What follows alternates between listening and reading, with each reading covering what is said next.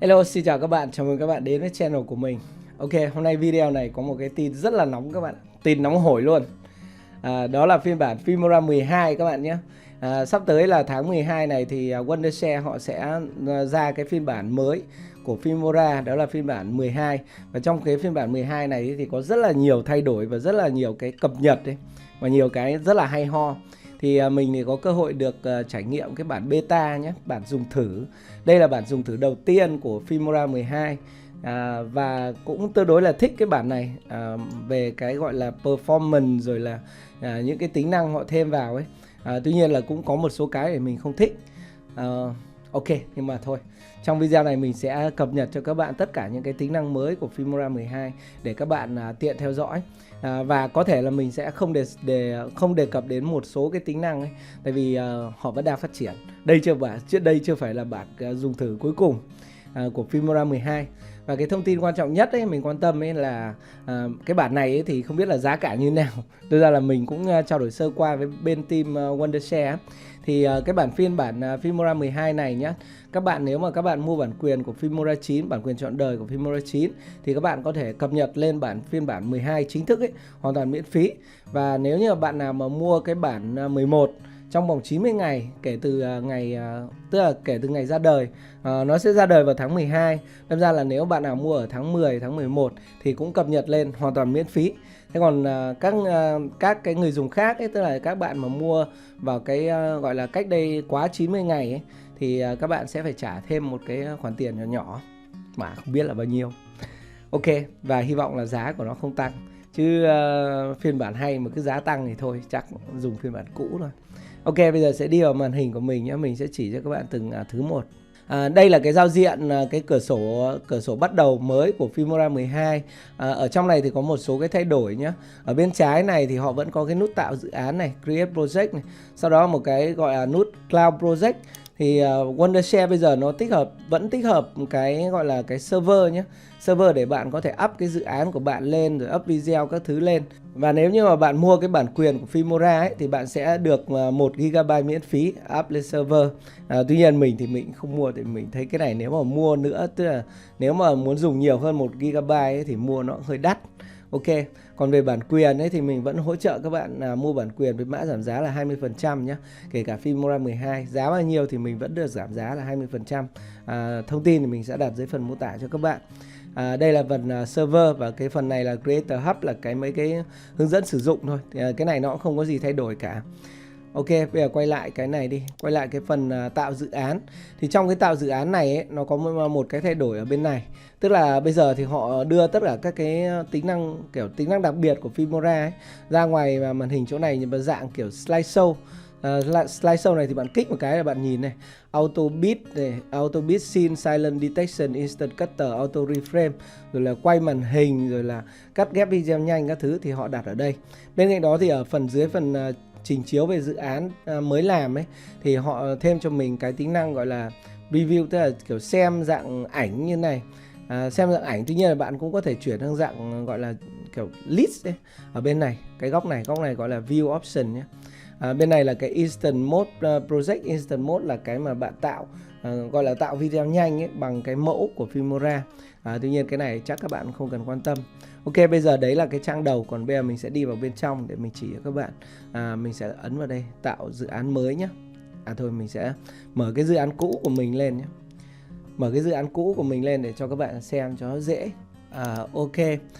Đây là cái cửa sổ edit chính của Filmora nhé. Trong cái cửa sổ này thì cũng có một số cái thay đổi rất là đáng chú ý. Thứ nhất là cái giao diện. Tức là cái giao diện bạn mở phần mềm Filmora 12 lên ấy, thì bây giờ bạn có thể đổi giữa các cái giao diện với nhau nhé. Ở trên này này, ở góc phải ở trên này nó có gọi là layout mode, tức là đổi các cái giao diện. Bạn nhấn vào đây nhé. Bình thường của nó, cái mặc định của nó không phải là cái giống như này đâu nhé. Mặc định của nó là cái này, default đây. Đó. Trong khi cái mặc định này ấy, thì bạn sẽ nhìn được là thứ nhất là thông tin dự án ở bên này, hoặc là thuộc tính của dự án nhé. Thứ hai nữa là cửa sổ preview, cửa sổ để xem trước ở giữa đây. Bên này thì nó vẫn như thế thôi. Bên này là sắp xếp là các cái folder quan trọng này, tức là các cái thư mục quan trọng của Filmora. Ở dưới này là timeline. Và trên timeline này thì nếu như bạn chọn bất kỳ một cái thành phần nào, ví dụ chọn một cái video hoặc là một cái title các thứ ấy, thì nó sẽ hiện lên cái thuộc tính ở bên phải này. Đó, đây là phần thuộc tính. Tức là về thuộc tính thì nó ở bên phải. Nếu như mà bạn chọn cái layout này, gọi là layout mặc định nhé. Thế còn nếu như bạn nào mà quen sử dụng Filmora 10, Filmora 11 ấy, thì bạn có thể quay trở lại cái phần Classic này. Thì nó sẽ quay trở lại như bình thường. Ví dụ mình có thể ấn cái Classic này, nó sẽ chuyển lại cho bạn giống như là cái Filmora 11. Tuy nhiên nó cũng không giống lắm đâu nhé, vẫn có một số cái khác. Bên cạnh đó là phần phím tắt. Thì bây giờ Filmora 12 ấy, nó có cái phần phím tắt đây. Bạn kích vào đây nhé, sau nó có cái phần keyboard shortcut này nhé, bạn ấn vào đây thì nó sẽ cho bạn chọn là cái phím tắt, bộ phím tắt. Tức là bình thường Filmora nó chỉ có bộ phím tắt của nó thôi, nhưng mà bây giờ nó có tích hợp thêm cho bạn là bộ phím tắt của Premiere Pro và Final Cut Pro. Đấy, thì bạn có thể chuyển ở đây. Đấy, chuyển sang Final Cut Pro X này hoặc là Adobe Premiere Pro này.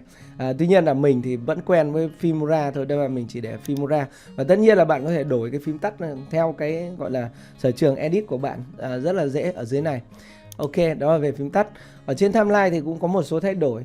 Tức là trước đây thì các cái gọi là các cái hộp này, các cái hộp ở trên timeline ấy, thì nó là chỉ là cái hình vuông thôi, hình vuông thuần túy. Thế còn bây giờ thì nó sẽ là có cái hình vuông và bo cái góc. Thực ra cái bo góc này rất là hay nhé. Rất là nhiều các cái phần mềm edit video ấy, họ đều làm cái hình vuông là có bo góc này. Bởi vì khi mà mình bo góc này nó sẽ dễ hơn cho mình, việc mình kéo mình ghép vào ấy, kéo mình sẽ dễ nhìn hơn nhé. Tại vì nó có hai cái góc vát vát ở bên kiểu bên trên này, nó sẽ dễ nhìn hơn so với là kiểu nó vuông này, không biết lúc nào nó khớp với nhau. Ok, đó là trên timeline, còn không có gì thay đổi cả. Còn bây giờ ở bên trái này thì nó có thay đổi một số thứ, nhưng mà mình thấy nó kiểu hơi vô duyên ấy. Mình không hiểu sao cái đội Wondershare này nó cứ thích đổi những cái thứ mà nó chẳng liên quan gì, làm khó cho người dùng. Thứ nhất là nó đổi cái phần này, tức là bây giờ nó không có cái element nữa nhé. Bây giờ nó lại chuyển thành cái sticker. Element thì element là thành phần, thế còn sticker là mấy cái kiểu miếng dán ấy. Mà chả hiểu sao đổi cái element thành sticker. Tuy nhiên thôi, nếu như bạn muốn dùng cái element thì bạn chỉ vào cái sticker. Bên cạnh đó là phần chia màn hình, tức là cái mẫu chia màn hình. Bây giờ họ bỏ cái mẫu chia màn hình vào trong cái khung này, tức là trong cái nút mới gọi là mẫu template. Thì bạn nhấn vào template này thì bạn sẽ nhìn thấy tất cả các cái mẫu. Cái mẫu này bình thường thì nó ở trong cái phần media nhé, nhưng mà bây giờ nó lại chuyển sang phần này, nó chuyển cho một cái nút mới ở đây, đó là mẫu. Cái chia màn hình thì họ nhét vào trong này. Đó, đây, chia màn hình nhét vào trong này. Ok, đây là mấy cái thay đổi về cái gọi là cái sắp xếp ở đây thôi. Và trong cái phần media này thì nó cũng thay đổi mấy cái tên này nhé. Ví dụ trước đây là có Project Media này, sau này Share Media này, nhưng mà bây giờ nó đổi thành Global Media. Global toàn cầu. Share Media tức là những cái mà gọi là video hay là ảnh hoặc là nhạc các bạn dùng chung ấy, thì các bạn sẽ đi vào đây phần này mà Global Media. Ở dưới này có phần Cloud Media. Cloud là mấy cái kiểu trên đám mây ấy. Nếu như bạn up cái gì lên 1 GB miễn phí ấy, thì bạn sẽ có thể tìm ở đây. Bạn có thể up và bạn tải ở đây. Ví dụ phần download này mình tải rồi, My Cloud này mình có thể tải lên cũng được. Thì ở ngay chỗ này mình upload hẳn một cái gọi là thư mục lên cũng được. Mình sẽ nhấn vào chỗ này, hoặc là ở đây mình có thể upload một cái thư mục hoặc là một cái file riêng. Thì ở trong cái phần media. Ok, đây là giao diện sơ bộ của cái này, của cái gọi là Filmora 12 mới nhé.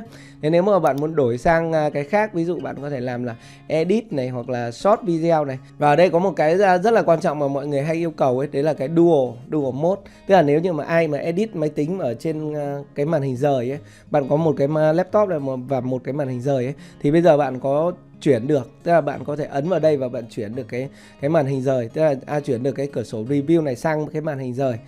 Thì cái này nó sẽ thuận tiện cho các bạn mà nó dùng cái laptop và màn hình nhỏ ấy, và các bạn muốn là edit trên hai màn hình. Ok, rất là đơn giản. Tuy nhiên cái này có một cái chú ý là nếu như cái chế độ, tức là cái chế độ ở trên máy tính của bạn ấy, đây mình ấn vào cái chế độ nhé. Chế độ của bạn thì phải bạn chọn cái chế độ là Extend nhé.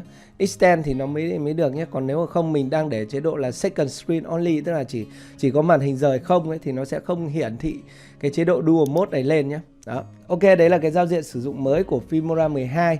Và bây giờ mình sẽ đi vào những cái tính năng mới mà họ cập nhật ở trong bản này. Đầu tiên là cái tính năng vẽ nhé. Tính năng vẽ mặt nạ. Vẽ mặt nạ tự do, gọi là Freehand Mask hay là Raw Mask. Ở trong Filmora 12, thực ra thì Filmora 11, Filmora 10 nhá, Filmora 9 nó đều có tính năng mặt nạ, nhưng mà mặt nạ nó chỉ là những cái hình dáng cụ thể thôi, như kiểu hình tròn, hình vuông thôi. Nhưng mà bây giờ Filmora 12 thì nó cho mình vẽ, rất là hay. Ví dụ bạn muốn vẽ, ở đây mình muốn kiểu vẽ xung quanh cái người của mình chẳng hạn, để mình xóa cái nền đi ấy, thì mình chỉ việc là kích đúp vào cái video nhé, kích đúp vào cái video ở trên timeline, kích đúp để đi mở ra cái thuộc tính của nó nhé. Đây, mình sẽ kích đúp vào. Sau đó bạn sẽ nhìn ở bên này nó có phần mask này. Đó, bạn nhấn vào mask. Bây giờ bên cạnh những cái hình dáng cụ thể như này thì bạn sẽ có thêm một cái bút này. Cái bút này bạn có thể nhấn vào đây. Sau đó bạn bắt đầu vẽ ở bên này. Trước khi vẽ thì bạn có thể chỉnh cái độ gọi là độ mờ của cái mép này, rồi là cái độ trong suốt của cái mặt nạ nữa. Tuy nhiên là mình sẽ vẽ cho các bạn xem trước nhé. Đầu tiên là bạn muốn vẽ ở đây thì bạn ấn vào đây, ấn vào đây, ấn vào đây. Đó, đấy là vẽ. Thế còn nếu như mà bạn muốn vẽ một cái đường cong chẳng hạn thì bạn có thể nhìn thấy cái điểm vàng này nhé. Điểm vàng này bạn muốn vẽ đường cong thì bạn giữ cái phím Alt ở trên máy tính của bạn nhé. Giữ phím Alt, sau bạn kích vào đây, bạn kéo nó ra, nó sẽ ra cho bạn cái để bạn có thể tạo đường cong, trông nó cong cong cái cầu vai. Đó, rồi tiếp theo bạn cứ kích thôi, vẽ đại đi. Thông thường vẽ mát thì nó sẽ phải vẽ kiểu làm sao cho chi tiết ấy, cho chuẩn ấy. Nhưng mà mình thì mình cứ vẽ đại thôi, ví dụ cho các bạn. Còn nếu như các bạn không vẽ được ra ngoài cái gọi là cái cửa sổ preview này ấy, thì các bạn kích chuột phải nhé, chọn zoom level nhé. Các bạn chọn là 25% chẳng hạn. Như ở đây mình sẽ xóa cái này đi. Các bạn vẽ ra ngoài này. Đó.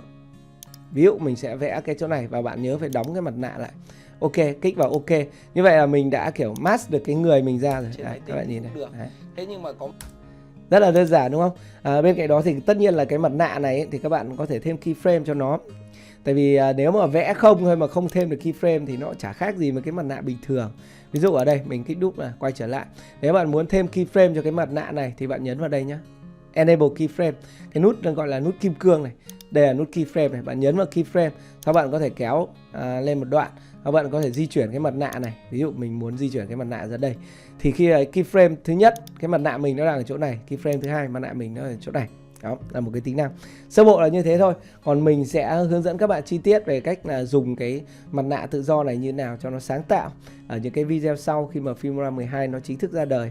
Ok, đó là cái tính năng thứ nhất. Để mình xóa đi và mình xóa cái hiệu ứng này đi.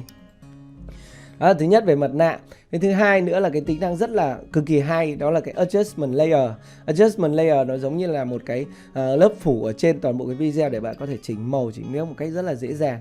Cái này thì nó rất là phổ biến ở Final Cut Pro hoặc là Premiere Pro ấy, mấy phần mềm làm phim chuyên nghiệp các thứ ấy.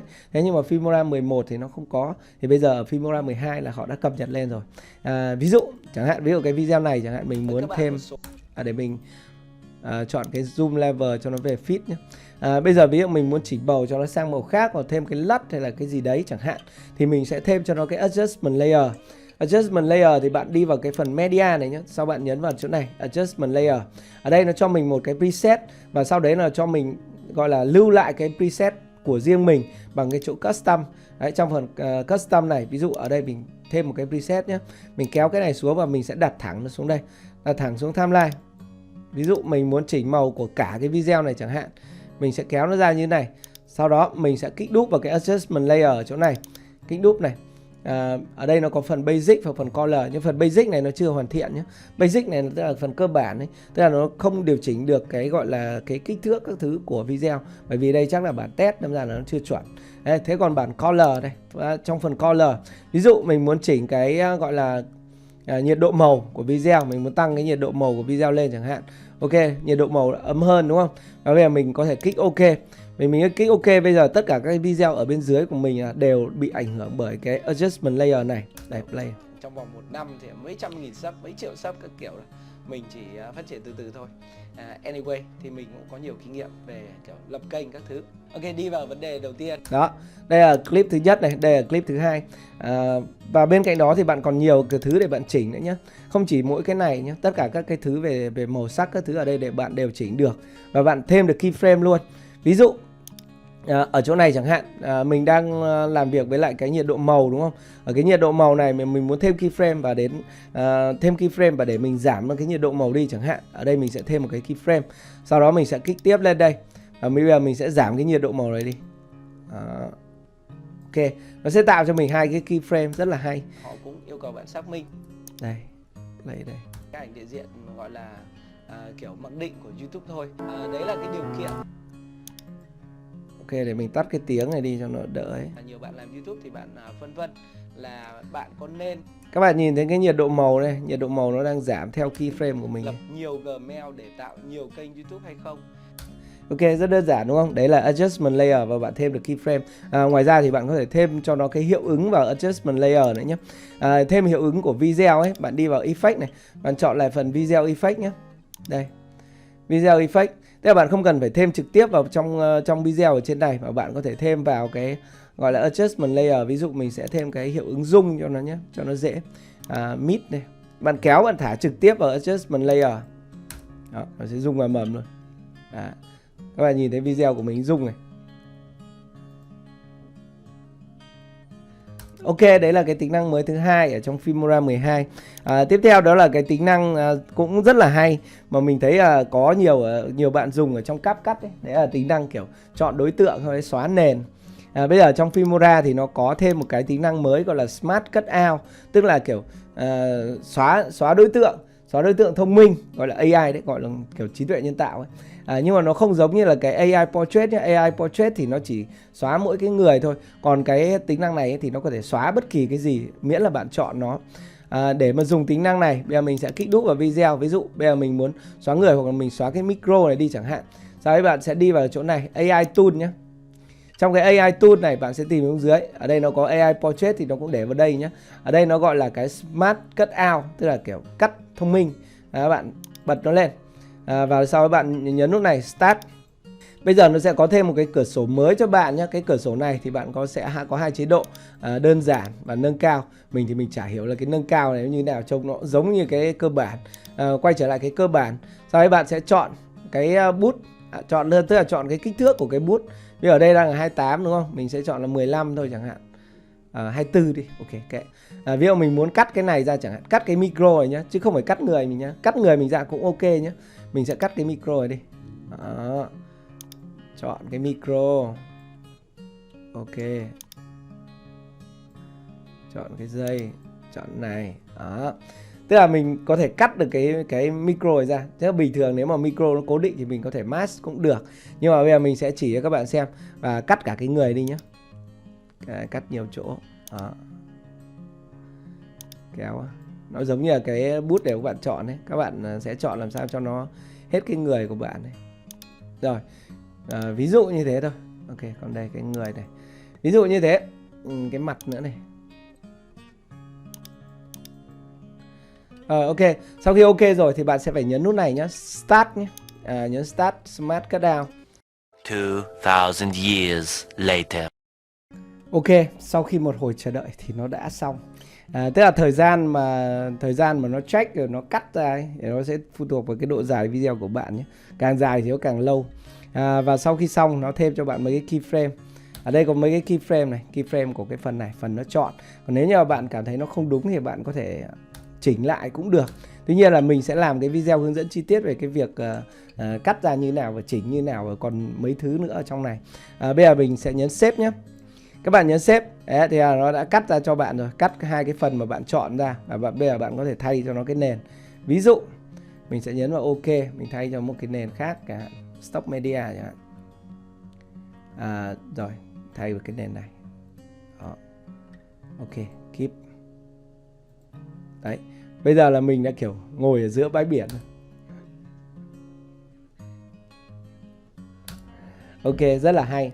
Đó là cái tính năng tiếp theo của Filmora 12. Và một cái tính năng nữa mà mình thấy nó cũng tương đối hay, đó là cái phần keyframe. Tức là keyframe thì trước đây Filmora 11 nó đều có rồi, nhưng mà nó chỉ phục vụ cho cái việc là keyframe kiểu vị trí với lại kiểu kích thước các thứ của video thôi. Nhưng mà bây giờ thì nó cho mình keyframe cả kiểu hiệu ứng luôn.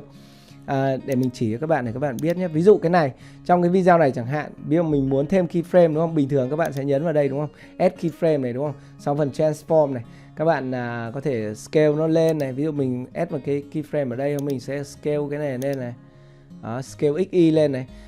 Ok chẳng hạn, ví dụ như này. Đây là hai cái keyframe rất là đơn giản, là chỉ transform thôi, đúng không? Transform là phóng to lên thôi. Các bạn nhìn đây, phóng này, đấy, phóng lên. Đó, thì đó gọi là transform, tức là kiểu về keyframe, về transform. Nhưng mà bây giờ bạn có thể thêm hiệu ứng vào bạn keyframe nhé. Ví dụ mình sẽ thêm cho cái hiệu ứng này, thêm hiệu ứng zoom này chẳng hạn nhé. Chào này. Bạn có thể kéo vào đây. Ví dụ bạn kéo vào đây nhé, trong này, đó, kéo đây nó đang zoom như thế này, và bạn thêm keyframe cho nó, bạn kích đúp vào cái video nhé. Sau đấy bạn đi đến phần effect này. Trong cái effect này nó có cái child này, ví dụ đây là cái nút thêm keyframe cho nó này. Frequency, ví dụ bạn thêm chỗ này là một cái keyframe đúng không? Bạn kéo lên một đoạn này. Bạn có thể giảm hết cái tần số này định được. Đó, hết position này. Reset nó luôn, tức là bạn kiểu không có hiệu ứng gì luôn được. Thì nó sẽ tạo ra cho bạn 2 cái keyframe cho phần hiệu ứng. Đang rung. Đấy, chuyển thành hết rung. Đây, ví dụ chỗ này vẫn đang rung đúng không? Để mình thêm cho nó cái hiệu ứng kiểu cái lất màu nữa cho các bạn dễ nhìn. Filter đấy nhé. Ví dụ filter, ở đây có một cái lất màu này. Movie đây đúng không? Đó, movie, kích vào đây, đoạn này. Đoạn này bình thường. Bây giờ mình sẽ keyframe chỗ này, mình sẽ add thêm cho nó một cái keyframe ở trong phần effect này. Movie này, trong phần opacity nhé. Đến chỗ này mình sẽ giảm hết opacity đi. Đó, cho nó về bình thường. Ok, đây, ví dụ play đoạn này cho bạn xem. Cái màu thì bạn dễ nhìn hơn đấy. Đấy, các bạn nhìn này, đây là đang bình thường này, đang có cái lất màu như này. Và bạn giảm nó về không luôn. Đấy là cái keyframe gọi là nâng cao ở trong Filmora. Và mình thấy nó cũng rất là hay. Ok, còn một cái tính năng nữa rất là hay mình muốn chia sẻ với các bạn nhé. Đó là cái tính năng gọi là giãn. Tức là giãn cái file nhạc của bạn ấy. Cái file audio nhé. Bình thường nếu mà ở trên ở Filmora ấy, khi mà nếu mà các bạn có một cái video rất là dài như này và bạn muốn thêm nhạc nền ấy, thì bây giờ bạn không cần phải cắt mới ghép, mới kiểu cắt ghép rồi cắt rồi dán, mà bây giờ bạn có một cái công cụ để bạn kéo. Ví dụ để mình thêm một cái nhạc xuống cho bạn. Ví dụ cái bài nhạc này chẳng hạn nhé, mình kéo đây. Thì bây giờ cái bài nhạc này nó chỉ có một đoạn như này thôi. Và bây giờ mình muốn là cái bài nhạc này nó kéo dài ra hết cả video chẳng hạn. Thì ở đây nhá, ở đây đến đoạn cuối này thì nó sẽ kiểu giảm dần đấy nhá.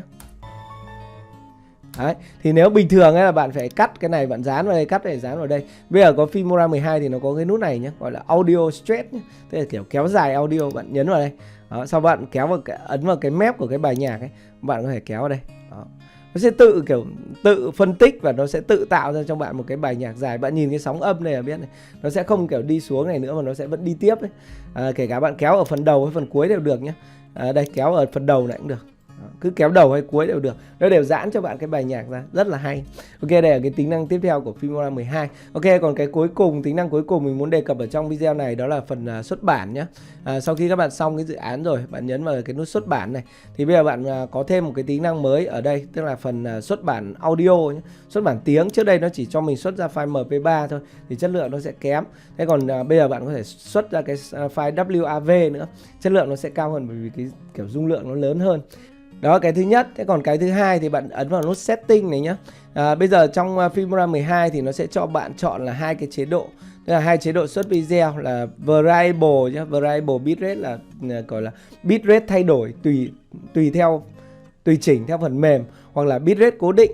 Thực ra thì cái lợi ích của hai cái này thì nó cũng gọi là kiểu xem nhau. Nếu như mà CBR là bitrate cố định ấy, thì chất lượng video nó sẽ luôn luôn ổn định. Nhưng mà cái dung lượng file thì nó lại hơi lớn, nó không được tối ưu. Nên là thông thường mình vẫn chọn là cái gọi là thay đổi biến thiên, variable bitrate. Đây, cái thứ hai ở trong phần export. Thế còn cái thứ ba là phần này, phần nén. Tức là thông thường ấy, Filmora 11 nó sẽ không có phần compression quality này, tức là không có phần gọi là nén chất lượng. Nén chất lượng này thì nó sẽ kiểu hữu ích khi mà các bạn edit video rồi các bạn không có đủ dung lượng trên ổ cứng ấy. Bạn muốn chọn là kiểu cái chế độ nén là low thôi, tức là thấp thôi. Low là thấp nhé, medium trung bình, high là cao nhé. Thấp thôi để cho cái file nó kiểu nó bé đi ấy. Thì thêm cái phần này, phần nén chất lượng. Thông thường mình cứ chọn 2 chó máu. Tại vì mình thì nhà chả có gì nhưng mà chỉ có dung lượng thôi. Ok, các bạn ấn vào apply. Rồi bây giờ các bạn có thể xuất ra. Ngoài ra thì sẽ còn một số cái thay đổi nữa ở trong phần title. Theo như Filmora nó thông báo với mình ấy, là bây giờ nó sẽ cho mình cả cái gọi là công cụ để tạo chữ 3D. Nhưng mà nó chưa có ở cái bản mới này, tức là ở bản 1 này nhé. Và nó kiểu sắp xếp lại cái công cụ chữ này. Nhưng mà mình thấy cái sắp xếp lại này thì nó cũng không tối ưu lắm. Bởi vì ở bên này bạn nhìn đây, bên tay trái này nhìn thấy trông nó kiểu rất là nhỏ rối ấy, chứ nó không được như cái cũ. Nên là mình đang định là trong cái cuộc họp thì mình sẽ đề xuất là họ giữ nguyên cái cũ cho mình ấy. Ok, một video sơ bộ về Filmora 12. Đây là phiên bản thử nghiệm thứ nhất của Filmora 12. Mình hy vọng là video này hữu ích với các bạn nhé. Còn các bạn nào đang dùng 11 thì các bạn cứ dùng tiếp đi. Chưa nâng cấp vội, bao giờ đến tháng 12 nó ra cái bản chính thức ấy, thì mình sẽ cập nhật cho các bạn để các bạn có thể bắt đầu nâng cấp lên, hoặc là kiểu mua bản mới. Ok, cảm ơn các bạn xem video. Xin chào và hẹn gặp lại các bạn ở những video tiếp theo. Goodbye.